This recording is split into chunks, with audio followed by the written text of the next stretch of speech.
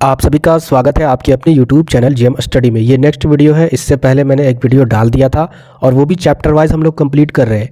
इस वीडियो में पूरा सारा कंप्लीट हो जाएगा। इसके बाद फिर हम लोग और भी सीरीज़ देखेंगे, तो चैनल को सब्सक्राइब कर लीजिएगा क्योंकि आपका एग्जाम कल के डेट में है, तो इंपॉर्टेंट वीडियो देख लीजिएगा। तो यहाँ पर देखिए टॉपिक क्या आपका भारत में जाति व्यवस्था, और इससे भी आपके एग्जाम में बहुत सारे क्वेश्चन देखने को मिलेंगे। आप एग्जाम में देखिएगा डायरेक्ट सारे क्वेश्चन जरूर मैच करेंगे। तो यहाँ पर देखिए पहला क्वेश्चन क्या आपका, जाति एक बंद वर्ग है, यह किसकी परिभाषा है? तो इसका उत्तर हो जाएगा मजुमदार एवं मदन की। आगे देखिए नेक्स्ट क्वेश्चन, जिस व्यवस्था के तहत व्यक्तियों के कुछ समूहों को जन्म के आधार पर, यहाँ पर लिखा हुआ है आधार पर ही एक दूसरे से निम्न या फिर उच्च मान लिया जाता है, उस व्यवस्था को क्या कहते हैं? जन्म के आधार पर कोई बड़ा है या फिर छोटा है, इस व्यवस्था को क्या कहा जाता है? जाति व्यवस्था। आगे देखिए नेक्स्ट क्वेश्चन क्या आपका, क्वेश्चन नंबर तीसरा, वैसा विवाह जिसमें पत्नी विवाह के उपरांत अपने पति के घर पर आकर रहती है, जिसमें वंश पिता के नाम पर चलता है, वह क्या कहलाता है? मतलब एक ऐसा विवाह जिसमें पत्नी अपने पति के घर में आती है और वहीं पर रहती है और उसका जो वंश चलता है वो पिता के वंश के नाम से चलता है, तो ऑब्वियसली उसको बोलेंगे पितृसत्तात्मक। ठीक है, इसको मत मारिएगा, इसको मत देखिएगा, ये मिस्टेक भी है कहीं कहीं। इसका उत्तर हो जाएगा पितृसत्तात्मक।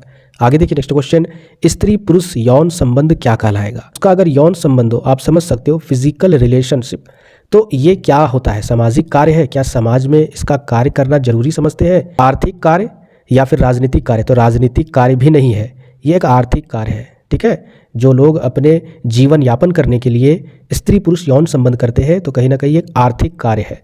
आगे देखिए नेक्स्ट क्वेश्चन 5 नंबर, जाति प्रथा के गुणों में निम्न है। जाति प्रथा के गुणों में क्या क्या गुण है? मानसिक तथा सामाजिक सुरक्षा प्रदान करना, रक्त शुद्धता बनाए रखना, राजनीतिक स्थिर को बनाए रखना, तो ये सारे हैं। ठीक है, आगे देखिए नेक्स्ट क्वेश्चन, समाज का खंडात्मक विभाजन किसकी विशेषता है? समाज को जो कई खंडों में विभाजन किया गया है, बांटा गया है, तो यह किसकी विशेषता है? तो यह जाति प्रथा की विशेषता है। आगे देखिए, जाति प्रथा के उत्पत्ति के व्यावसायिक सिद्धांत का प्रतिपादन किसने किया है? तो इसका उत्तर हो जाएगा ऑप्शन नंबर दूसरा, नेस्फील्ड ने। आगे देखिए नेक्स्ट क्वेश्चन, भारत में जाति के उत्पत्ति के प्रजातीय सिद्धांत का अनेक विद्वानों ने महत्वपूर्ण माना है, इनमें निम्नलिखित शामिल कौन है? तो इसका उत्तर हो जाएगा रिजले। आगे देखिए, भारतीय जाति व्यवस्था में होने वाले परिवर्तन है ब्राह्मणों के प्रभुत्व में कमी, या फिर पेशे के चुनाव में स्वतंत्रता, या फिर अस्पृश्यता का उन्मूलन, या फिर उपयुक्त में से सभी। तो इसका उत्तर हो जाएगा ये सारे। ठीक है, यानी भारतीय जाति व्यवस्था में होने वाले बदलाव क्या क्या है? यानी जैसे कि जो पहले था, आज से तकरीबन कई हज़ार साल पहले, या फिर देखा जाए तो कई 100 साल पहले जाति व्यवस्था बहुत ऊपर लेवल पे था। ठीक है, और जब यह खत्म हो गया, यानी इसमें परिवर्तन आया, तो इससे क्या हुआ? ब्राह्मणों का जो प्रभुत्व था, यानी उसका जो दबदबा था, वो तो कमी हो गया। पेशे के चुनाव में स्वतंत्रता, यानी पेशे के आधार पर चुनाव किया जाता था, इसमें भी बदलाव हो गया। इसके बाद जो छुआछूत था वो भी जड़ से खत्म हो गया। उन्मूलन का मतलब होता है जड़ से खत्म हो जाना। तो ये सारे परिवर्तन हुए। आगे देखिए नेक्स्ट क्वेश्चन 10 नंबर, समाज में स्थायित्व निम्न में से किसके कार्य है?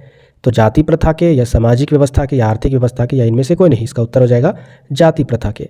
आगे देखिए नेक्स्ट क्वेश्चन, निम्न में से किस विद्वान ने जाति प्रथा के उत्पत्ति के परंपरागत सिद्धांत में अपना विश्वास प्रकट किया है? तो डॉक्टर सर्वपल्ली राधाकृष्णन ने।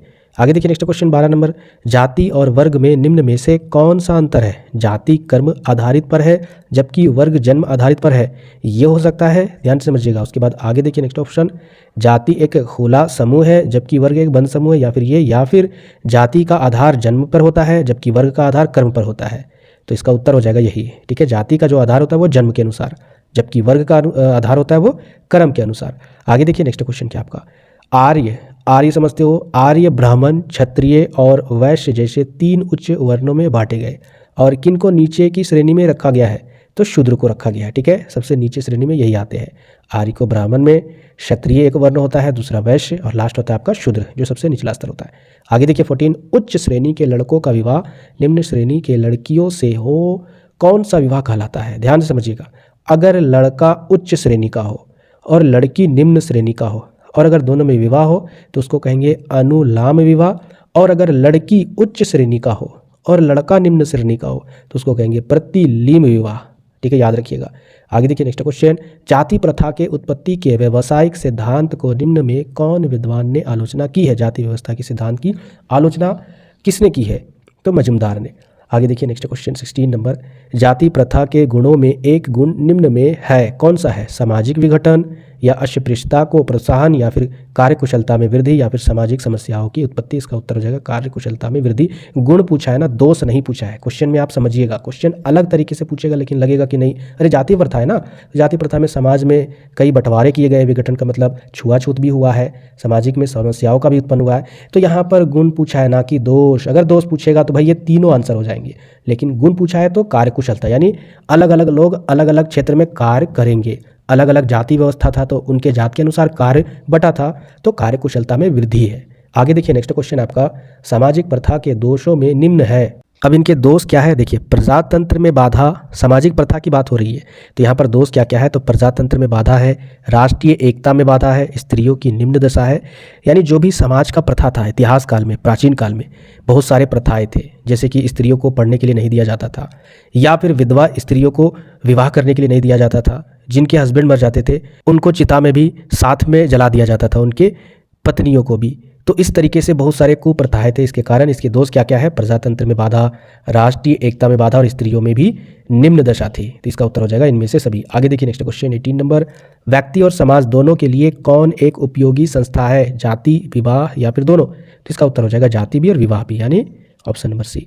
आगे देखिए नेक्स्ट क्वेश्चन, व्यक्ति की सामाजिक समानता जाति प्रथा का है। व्यक्ति की जो सामाजिक समानता है वह जाति प्रथा का क्या है, गुण है, दोष है, प्रकृति या इनमें से कोई नहीं। ये एक आपका गुण है, सामाजिक समानता पूछेगा।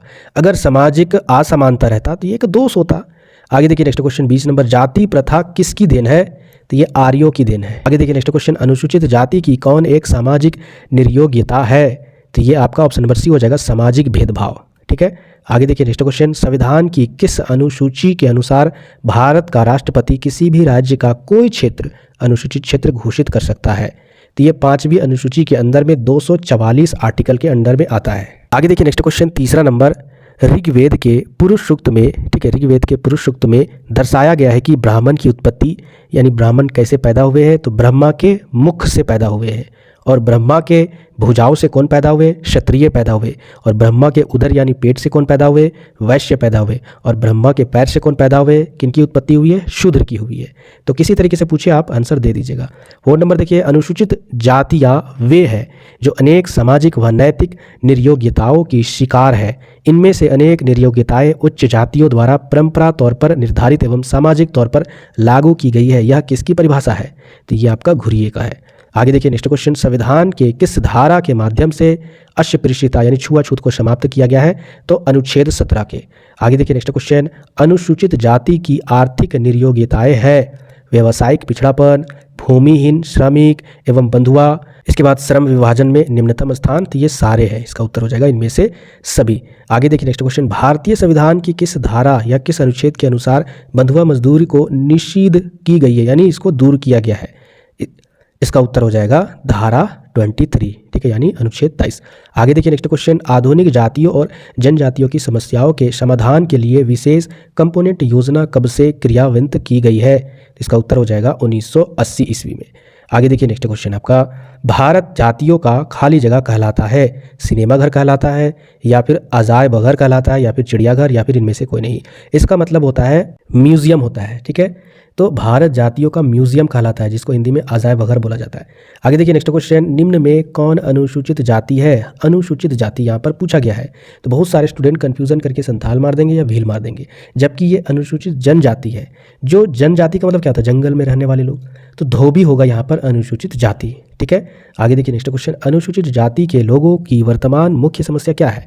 अनुसूचित जाति के बारे में पूछा गया, क्या वो गरीब है, बिल्कुल नहीं। शिक्षित है, बिल्कुल हाँ, वो शिक्षा से परे है, उनको शिक्षा नहीं मिल रही है। यौन शोषण, जी नहीं, ये नहीं हो रहा है। इसका उत्तर हो जाएगा अशिक्षा। आगे देखिए नेक्स्ट क्वेश्चन, किस ईस्वी में भारत सरकार ने अनुसूचित जाति तथा जनजाति अधिनियम लागू किया है, तो इसका उत्तर हो जाएगा 1989 में। आगे देखिए नेक्स्ट क्वेश्चन, अनुसूचित जाति और जनजातियों के लिए मंडल आयोग ने कितने प्रतिशत आरक्षण की सिफारिश की है, तो इसका उत्तर हो जाएगा ऑप्शन नंबर सी 22%। आगे देखिए नेक्स्ट क्वेश्चन, भारतीय संविधान के अनुसार 33 के, सॉरी यहाँ पर देखिए 33 नहीं, यहाँ पर 38 हो जाएगा, ठीक है, 8 छूट गया है। 338 के अनुसार राष्ट्रपति के अनुसूचित जातियों व जनजातियों के लिए कौन सा अधिकारी नियुक्त करने की व्यवस्था की गई है, तो इसका उत्तर हो जाएगा आयुक्त, या फिर विशेष पदाधिकारी भी बोलते हैं। तो आप देख सकते हो इसको। आगे देखिए नेक्स्ट क्वेश्चन क्या आपका 16 नंबर, भारतीय संस्कृति की मुख्य विशेषता क्या है?